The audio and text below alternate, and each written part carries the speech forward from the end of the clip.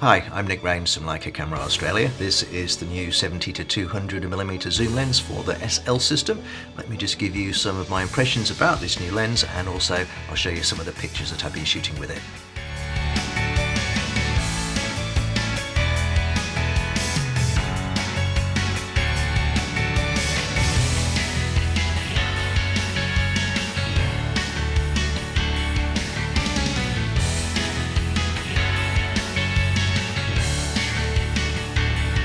Let's have a look at the physical nature of the lens. It's very similar in size to the 100 to 400 and the 90 to 280. It's no featherweight at 1.6 kilograms, but it balances really nicely with the camera on the back, and the foot sits in a very comfortable place on your hand. So I found it no problem at all to hand hold. And that's kind of what a lot of people will be doing with a lens like this, is hand holding for obviously telephoto shots. The focusing ring, super silky smooth. I mean, if you pick one up in the store and have a feel of that ring, it is absolutely glorious, as is the zoom dial or ring here, which is silky smooth. And you'll also notice that as I change the zoom setting, there's no change to the length of the lens. All of the mechanism for zooming is internal, which is very, very convenient. On the base, we have a tripod foot with an Arca Swiss compatible shape to it, so you can put it straight onto a tripod with an Arca Swiss type head and it will grip that beautifully. This is removable, but I do tend to leave it on because it just fits nicely in the palm of my hand. You can rotate the ring. There's a locking dial there. Unlock that, and then you can rotate the whole thing through 360 degrees, but it has 90-degree click stop, so you know exactly where you are. I tend to leave that on even if I do rotate the camera, because even hand holding it, when you rotate the camera on the lens, it's still nice to have that foot in the same place on your hand, so that works really well.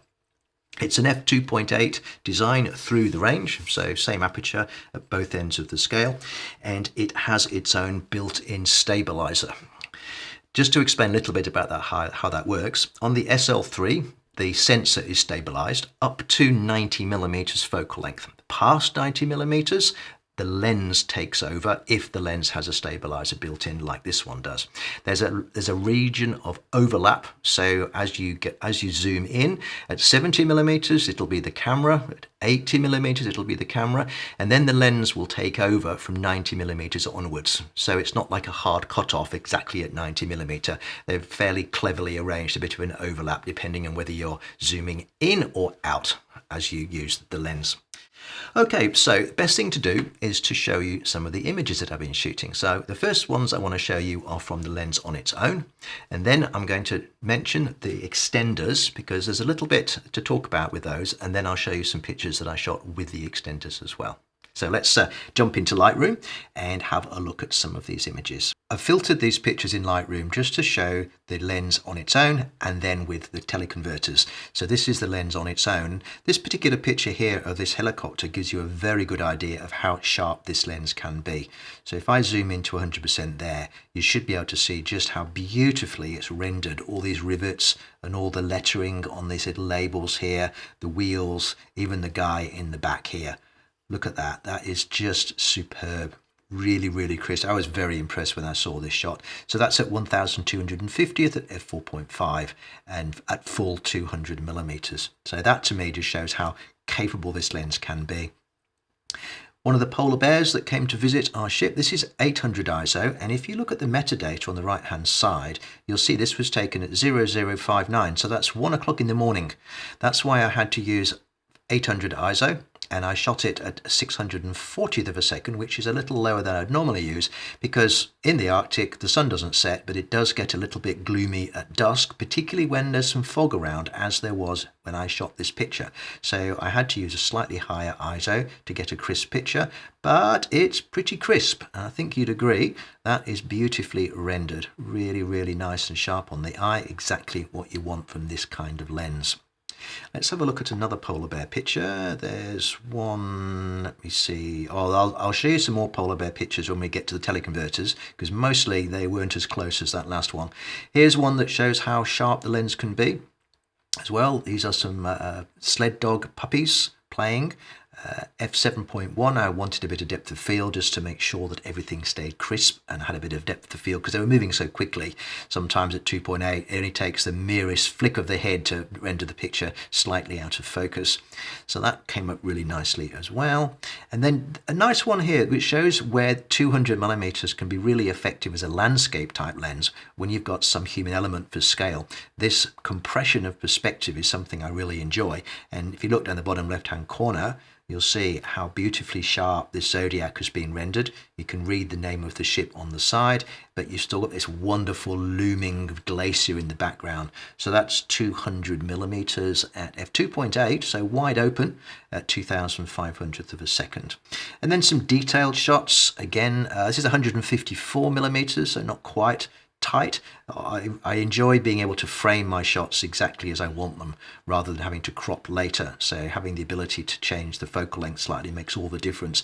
But if I zoom in on that, you'll see how beautifully that's rendered that edge of this glassy sort of ice sculpture. And then for more glassy ice sculptures, this will give you an idea of just how it renders the highlights. If I zoom in on that, that has come up just superbly.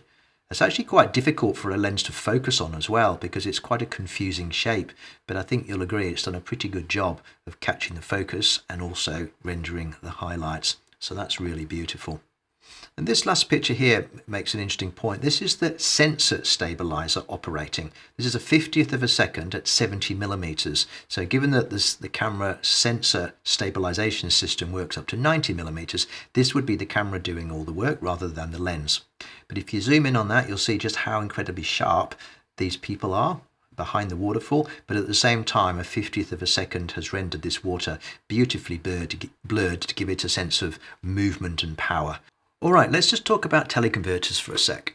Leica has two now. This is the ×2, which is released with this new lens. There's also the ×1.4, which came out with the 100-400.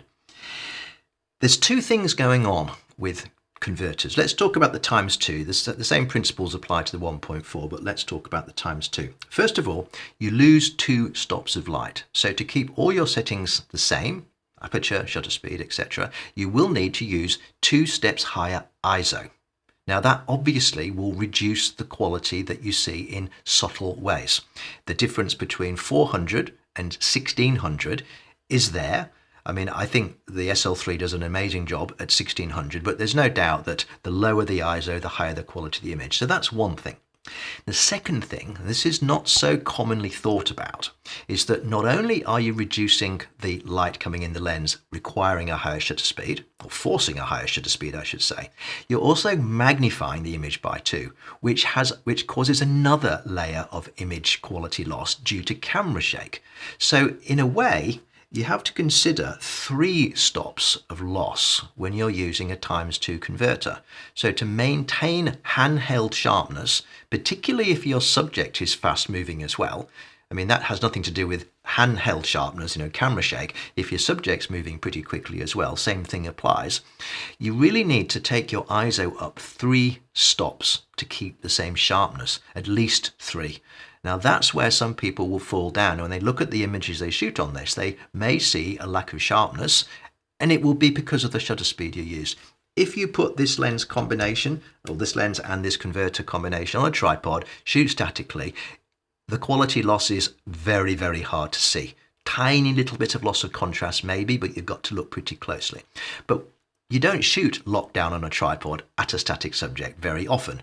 I mean, for landscapes, you could do that, but mostly this sort of lens, when it's used with the 00, will be used at 400mm, and you'll be shooting something moving, or you'll be hand holding.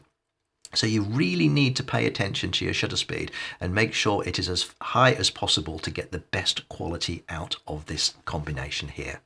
So let's just jump back into Lightroom, and I'll show you some of the images taken with this lens with both converters.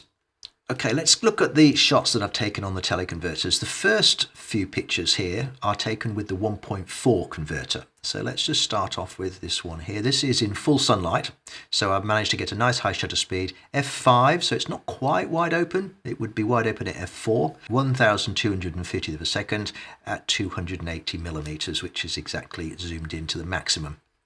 If I zoom in, you'll get an idea of how sharp this lens and converter combination can be.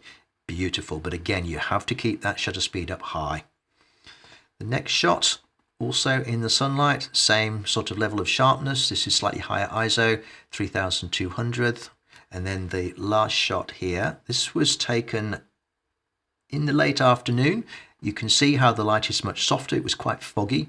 I've used 400 ISO to keep the shutter speed right up at a 4,000th of a second. Probably could have stopped down a little bit or used a slightly lower ISO for this one, but given that the camera is so good at anything up to 800 ISO, it wasn't really a concern. And it's also wide open, so this is a good example of shooting with a wide open aperture, using the 1.4 converter, using a high shutter speed for maximum sharpness, and then the autofocus has done a really good job of locking onto those eyes.